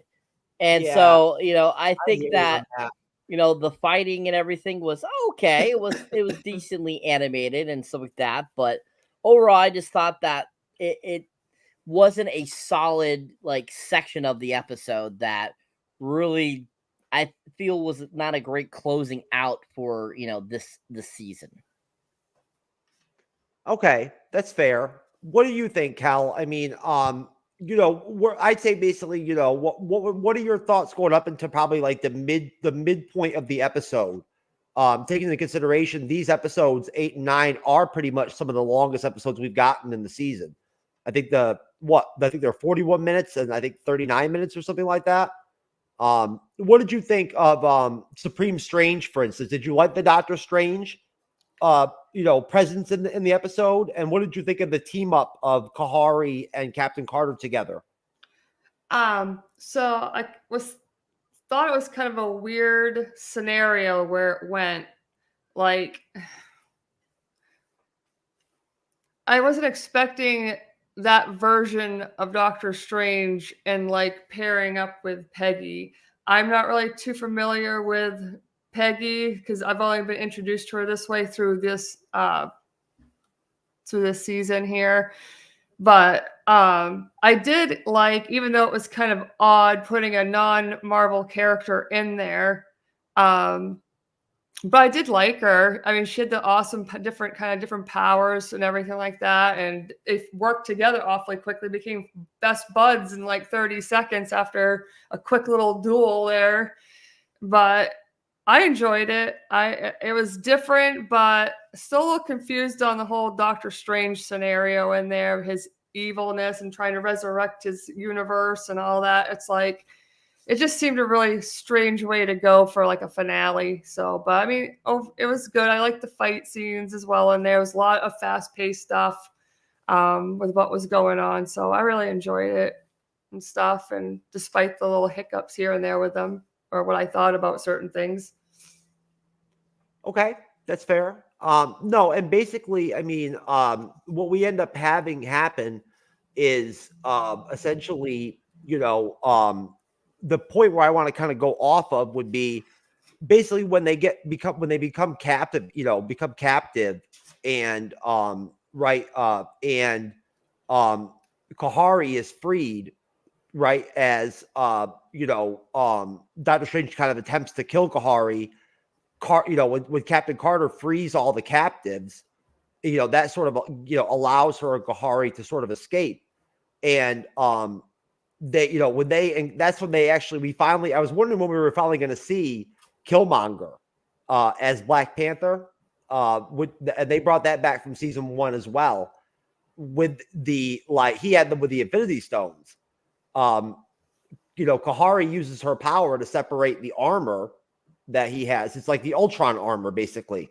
I believe that has the Infinity Stone sort of embedded into it, and Captain Carter basically puts it on, right? And Kahari, I believe, helps size it onto her. And they battle Strange at the Forge, with the Infinity, with Captain Carter donning the Ultron Infinity suit. Basically the variants that Strange has basically packed up to feed the Forge, lend their weapons and themselves, to fighting with Kahari and Captain Carter. And Strange ends up, sort of being overcome by his, I guess, demonic self. Though Captain Carter is able to separate him, we see a really cool sequence where he tries to fool her, and takes him, her back to the super soldier program scene from First Avenger. And she feathers out and whatnot and sees a butterfly or something like that, or whatnot, and is able to tell that it's a fake and that it's Strange. Before we get to the end of the episode where, we end up actually seeing Strange, the Forge collapse and Strange sacrifice himself, to it essentially, and his counterpart to it, and we see the Watcher kind of set things straight and set everything straight, and we close out the episode. What are your thoughts, Cyber, on sort of how the whole thing unfolds, how they end the episode and wrap it up, and tying in sort of Killmonger, Black Panther, the Infinity Stones, the Forge itself, right? Before we get into the absolute ending and whatnot with the Watcher involved. I mean, it was okay. Strange sacrificing himself was cool. I mean, he was the most entertaining part about the episode altogether. The Killmonger thing I could care less about. I didn't care too much for Killmonger. I thought he wasn't that great of a character. Nothing against Michael B. Jordan. I mean, he's an okay actor. I don't mind him. But the whole character's persona and everything about the character just didn't feel like it was the same as in the comics. I'm not too familiar with him in the comics, but it just didn't feel the same as he was in the comics. So I just didn't think the character really fit in. And I think that adding him there, they were trying to just kind of add another character that you hadn't seen in a while since the first season, kind of thing. And I feel it was kind of an afterthought, I think, just how he placed him in it.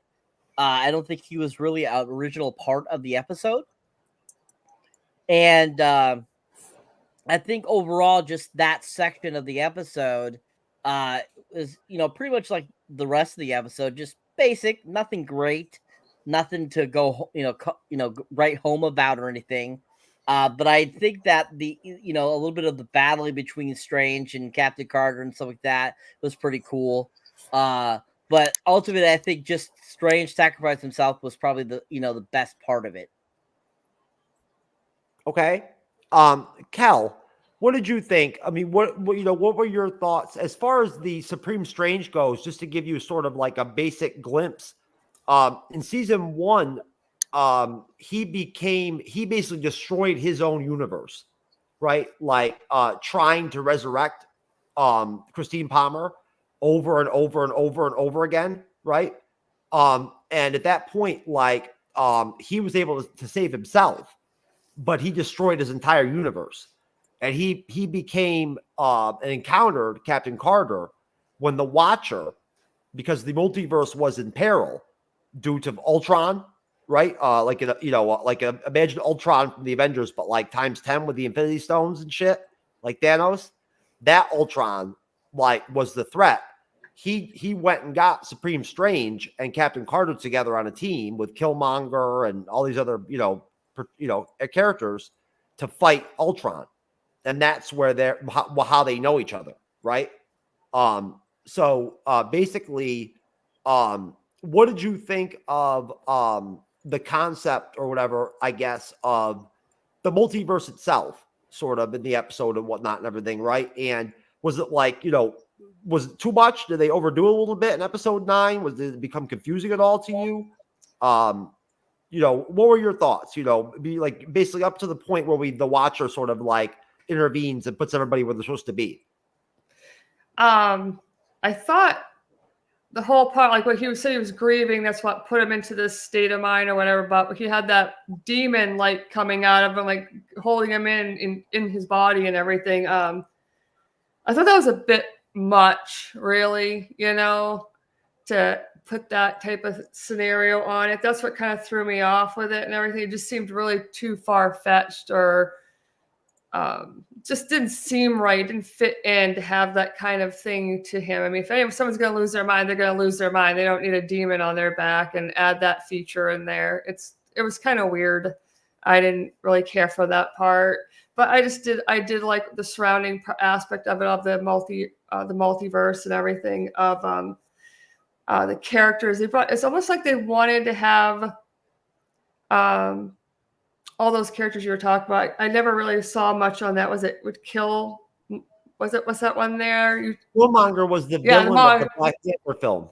Yeah, I vaguely remembered that, but at the time I was seeing it and I recognized some other ones, and I'm wondering if they just can't fit them into all the episodes they intend to do, so they wanted to give some of those low ones that weren't really important a little FaceTime in it, and just had that big scene where they were all coming out of their crystal cells and everything. That's kind of the impression I got with that. But those are pretty much the only things I could think of at the moment. What did you overall? Do you, as like an MCU fan in general, do you like the concept of what if, having not been a part of our reviews of the first season? Do you like the whole?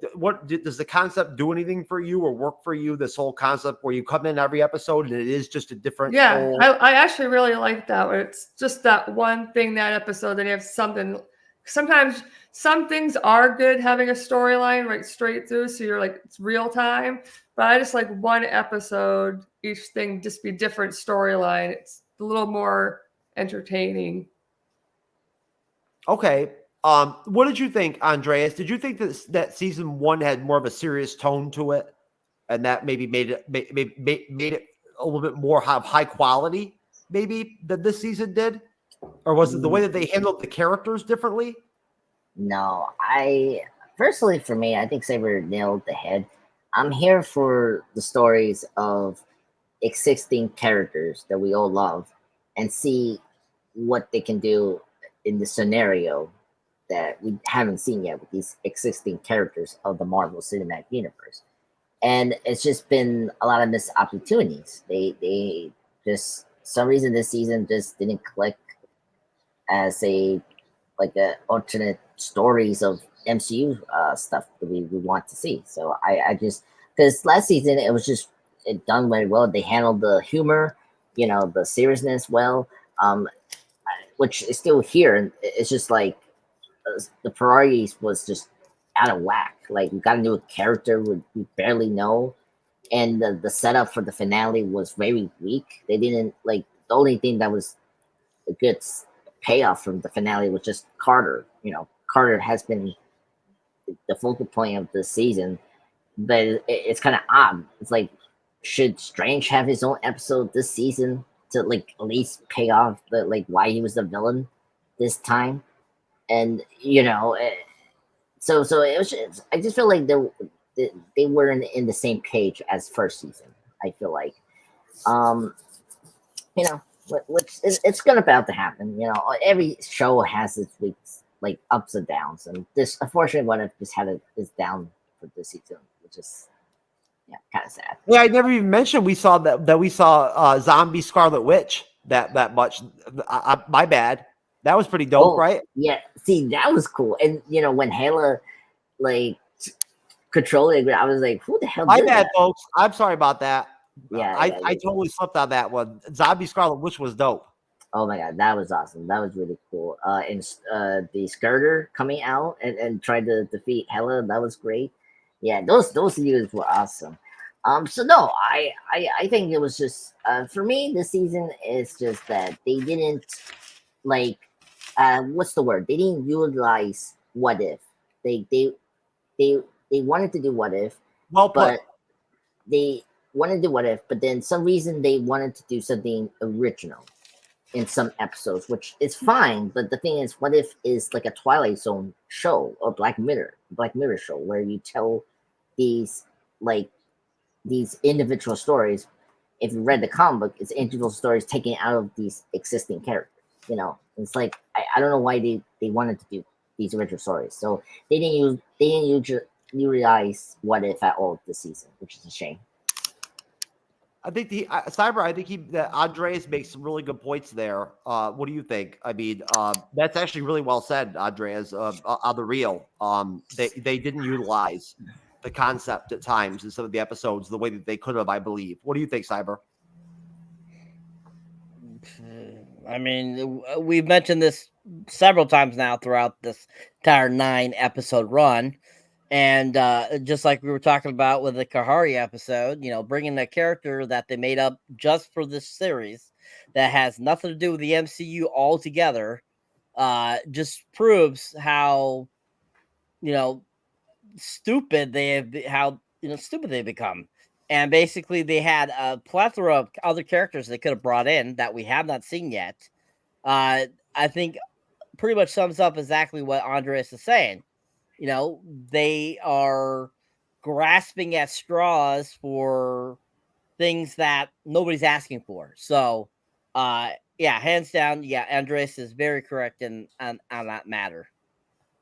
Okay, Cal, and Cal, understand what we're talking about from last week is just the conversation that we've had, which I kind of briefed you in on in the studio before the show, where I'm sure we've talked about this, you and I personally.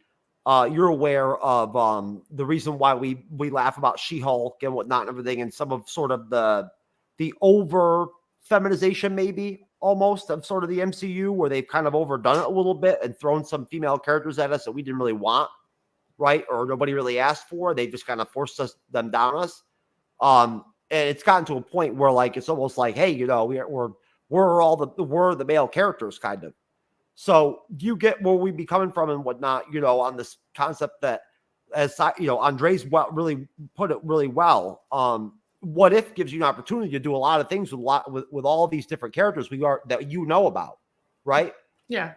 Why add one that doesn't even tether to the MCU, that doesn't even further the Marvel Cinematic Universe, right? Like you could have used that whole episode or that whole slot with a character that like Iron Man that we know, or for instance, somebody from the Guardians or something like that, right? Or somebody that really hasn't gotten a lot of Shang-Chi, right? Or like one of the newer characters that we have liked. So what are your thoughts on the characters? What do you think about just the conversation we're having in terms of what, where we're at with taking up an opportunity like this with this concept of what if, where you can have whatever you want, right? Like you have this wide open palette to play with every episode with all these great characters, right? Yet they're creating them specifically. Do you get where I'm going with that? I do. Yeah, I do agree. I mean, it was a surprise to see her. I mean, I was like, who the heck is that? And, you're thinking to yourself, well, I mean, I've seen a pretty good amount or I've heard of pretty much, and I know she was never in them. So it's like, I agree. Why would you create something just for, a couple episodes in a season? I mean, are they going to bring her back in season 3? You never know. It's like, are they going to try to make it so she becomes further down the road with them? But I don't know. I thought it was kind of weird myself how they just put someone different into 2 episodes in a season and not really explain where the heck she came from, Okay.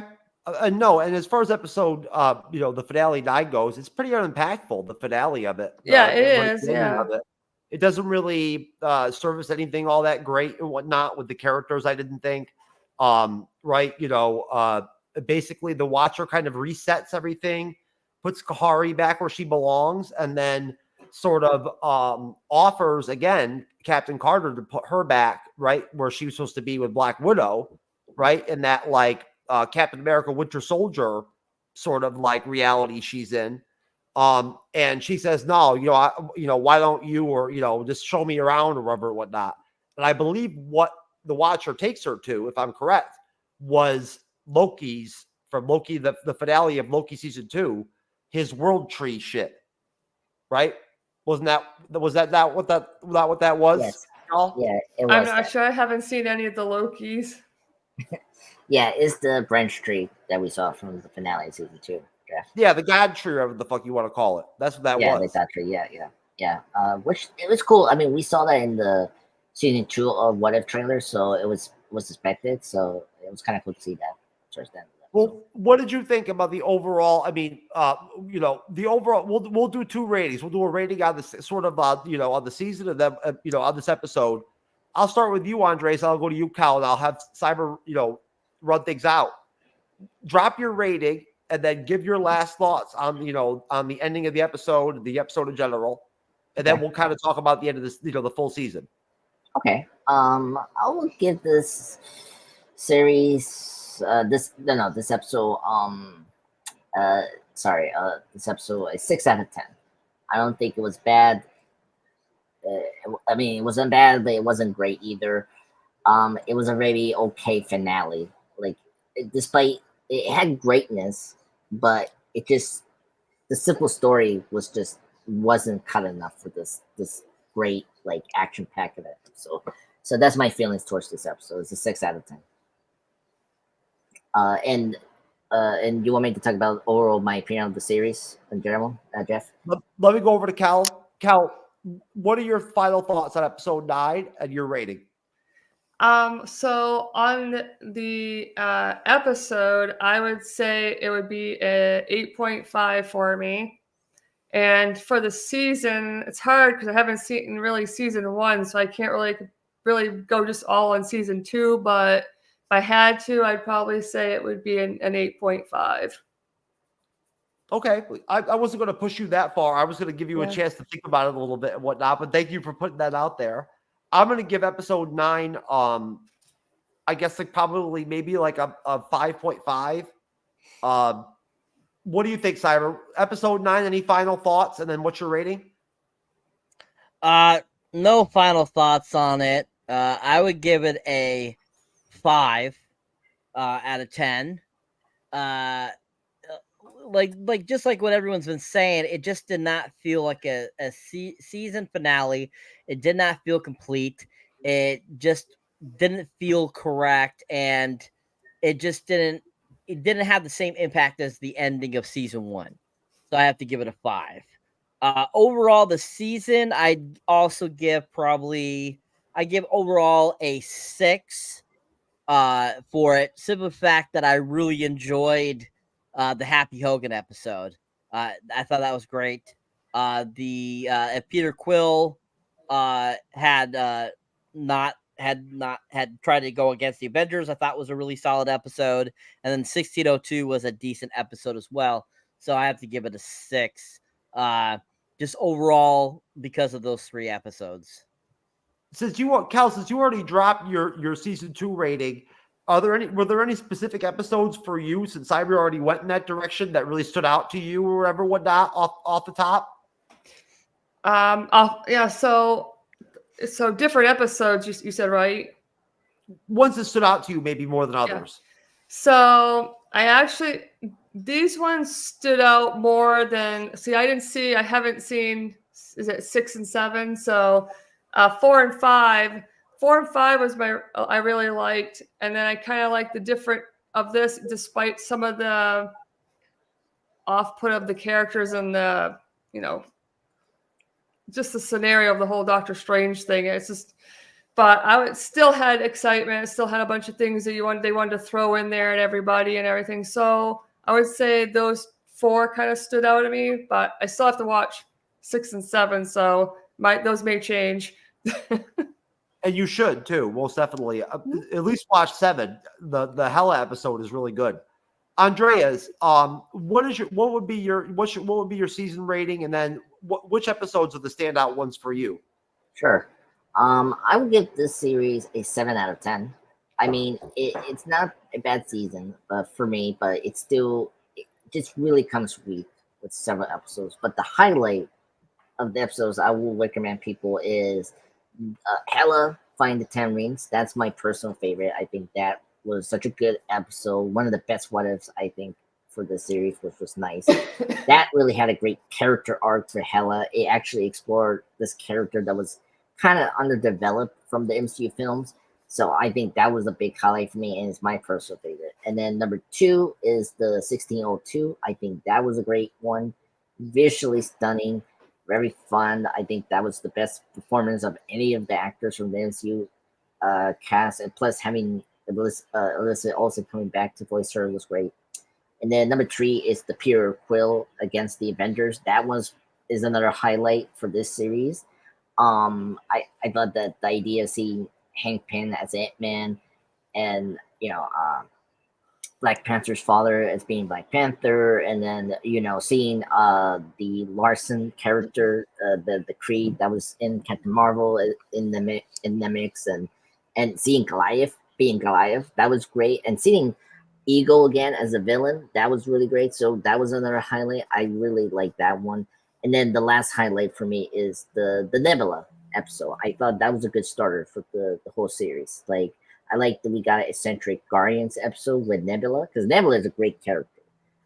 Karen Gillian, great actress, love her, and it was great that she shined in this series. And I thought that episode was great because we got not only that, but like we got young Drew Law's character from the villain from Captain Marvel. That was great that they brought him back and do something more with that character. So those 4 I brought up are the highlights of this for this season, and those are my favorites. But yeah, 7 out of 10. I think this show did have highs, but there was a lot of lows, unfortunately. And I brought up again, and a lot of us brought up before, with the last 9 weeks or the 9 episodes review. This season just didn't utilize the what if concept, and that was a shame. That's Jan Rog that you're talking about, and that would be my favorite episode of the season. Would be the first episode. I really like Nebula as a character. Overall in the MCU, I think that she's one that is like overlooked. I think a little bit. Looking back at the MCU, like with now that we've had some years since Endgame, I think Nebula, her arc. We've talked about this before, all three of us and whatnot, and everything. And Cal, I'm a big fan of Nebula from the Guardians of the Galaxy. I really think that her character arc across the MCU was like not like close to like almost near like at the same level to me anyway as like Loki's almost, which was pretty deep. And I'll give the full season probably like a 4.5 maybe. It was pretty rough compared to season 1. If I had to look back now at season 1, I don't know what the hell I rated it, but I'd give season 1 like a fucking 9 compared to this shit. Like, this was a slog compared to the first season. I'm telling you right now, Kel, if anything, you should go back and watch the first season of What If you liked anything about What If season 2. The first season was really solid, I thought. I really did. I thought it had some really, really, really solid episodes. And some real diversity in terms of like the characters and whatnot, and the way they used them. It was very inventive, I thought. But regardless, does anybody have any final thoughts on the episodes 8 or 9? Anything that we didn't talk about that you guys want to point out? Anything about season 2? We are going to get a season 3. The question, I believe, is whether or not we're going to get it next year or in 2026. But there'll be a season 3. And it'll be new material. It won't be like this, where this was still shot, right, Cyber? Off what they initially shot, right after COVID. Yep. Anybody? Anything before we do plugs to get the hell out of here? I'm just asking for the third season to give us more characters that we like and explore them more. That's why I I'm thought you were going to say more Kahari. No, I see. If you understand me, I want more Scarlet Witch. Okay, I want more Black Panther. Okay, I want more Iron Man. I'm a huge Iron Man fan. Okay, more Mandarin / Ten Rings, Shang-Chi. I want more pros versus hoes in the MCU. You feel me? Son, please. I'm talking here. Your father. I'm your father. I'm talking. What? Yes, I'm your father, and we had this discussion. Good luck being a Chat. father and talking to your kids like that with that fucking tone, and see how that plays out for you, right, Cal? Excuse me, sir. You're giving me the tone already, sir. You don't even know. You've never even heard the tone. The tone I use for my children. Oh God, I don't want to know. Please, I'd be too much. It's actually it's a very kind one. I've never raised my voice to either one of my children. I never have before in my life. I've never raised my voice to them. Oh yeah. No, I never have. No. No. I as much as I come off kind of like an asshole sometimes and whatnot, it takes a lot for me to actually get upset. But all right, so plugs, guys. Ladies first, of course. This is the MCU'S Bleeding Edge, and we appreciate having some balance in the panel over here. Cal over at Kelly's Reactions, who I owe some reaction videos to get up with her that we've done together. Me and Cal have been making a lot of reaction videos. I've just been being lazy and not putting them up on our YouTube channel and whatnot, everything on the MCU'S Bleeding Edge. She's got some of them up, so we're going to check them out right now. Cal, thank you for coming on and doing What If Season 2 with us. We appreciate you. It was good having you. Where are you at with your edible at this point? Like, what's your stone level at? You better speed this up because I'm going upstairs fast. Okay, Cal. I'm surprised I haven't fallen on the chair yet. So here you have it. The Price is Right screen. There you go. You got our logo now too. Mm-hmm.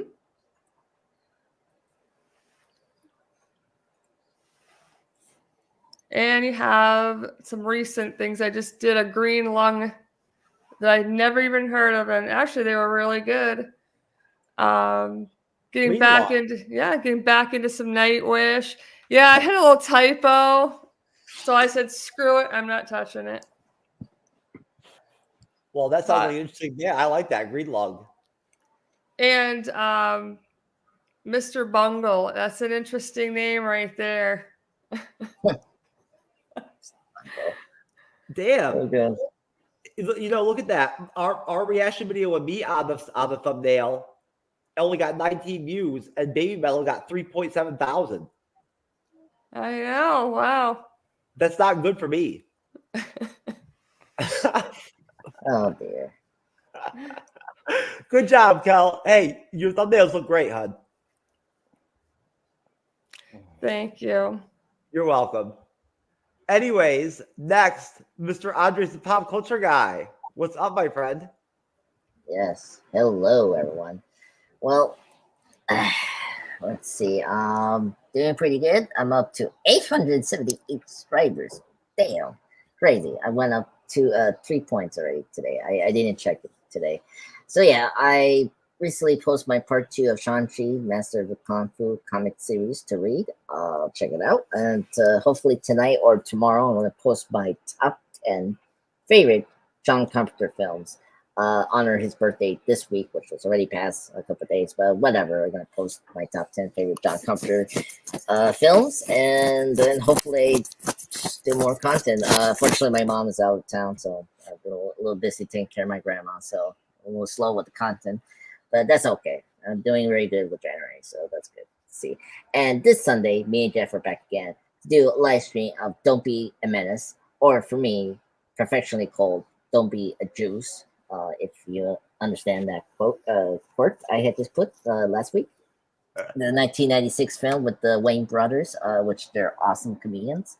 So yeah, me and Jeff will talk about that. Plus, before we do the review, we're going to discuss geeky news that we have to discuss, like, the Mando and Google film, and then the Fantastic Four delay. So we'll discuss that before we do the review. So yeah, check us out this Sunday, 10 p.m. That's hard to say. 10 o'clock. Okay, so that's it.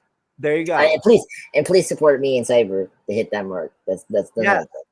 Jeez, I'm hitting the wrong button over here. Yes. Yeah. My so bad. Please help my son Cyber and me and my family. I love it. To reach a mark, please. I had to do it. Go Cyber, ahead. apparently you're Andre's son now. Here you go, sir. All right.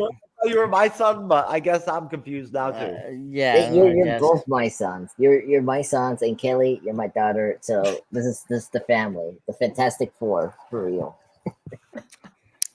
There you go, folks. Anyways, if you enjoy me here on the panel or enjoy me moderating on the episodes I moderate, you pick out my solo content underneath Cyberneticshark. You can find me on YouTube, TikTok, Facebook, Instagram, pretty much any of the social media platforms.